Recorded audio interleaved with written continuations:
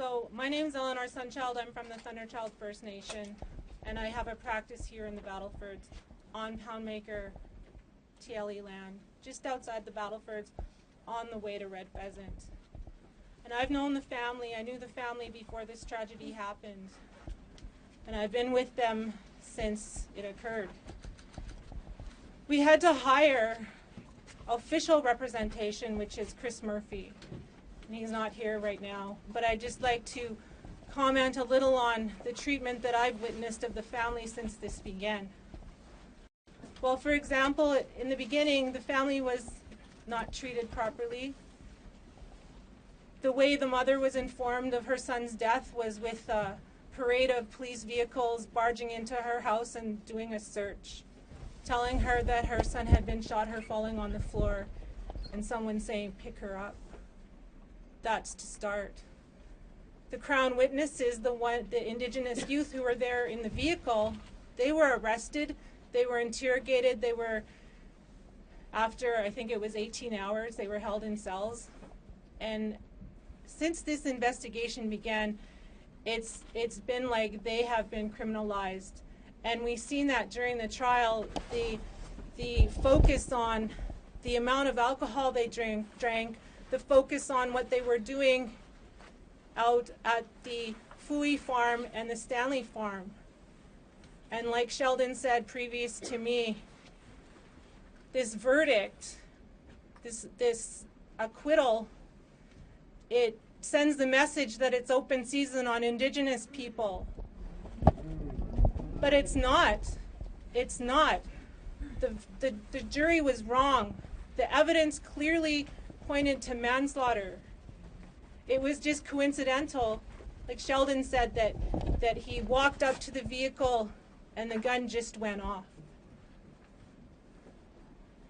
People can't take lives for somebody jumping on their quad. They can't take a life for trying to break into a vehicle. They weren't on trial. It was Gerald Stanley on trial. Colten Boushie, his alcohol intoxication level kept coming up in the trial as well. He was sleeping. He was sleeping, and he woke up, he jumped in the front, and boom, he got shot. He probably didn't even know what happened to him. He had nothing to do. There was no evidence to say that he was involved in any of the going-ons. He was sleeping. So the whole process has been stacked against his family from the beginning. There has been little communication from the Crown to the family. Chris Murphy had to communicate with the Crown by email. There was no relationship at all.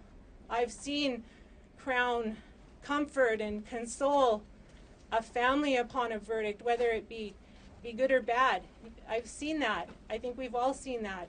But there was no communication, no relationship with the Crown in this case.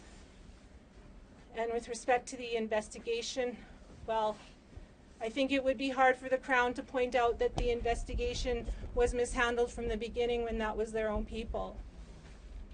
So I hope that what follows out of this is an inquiry.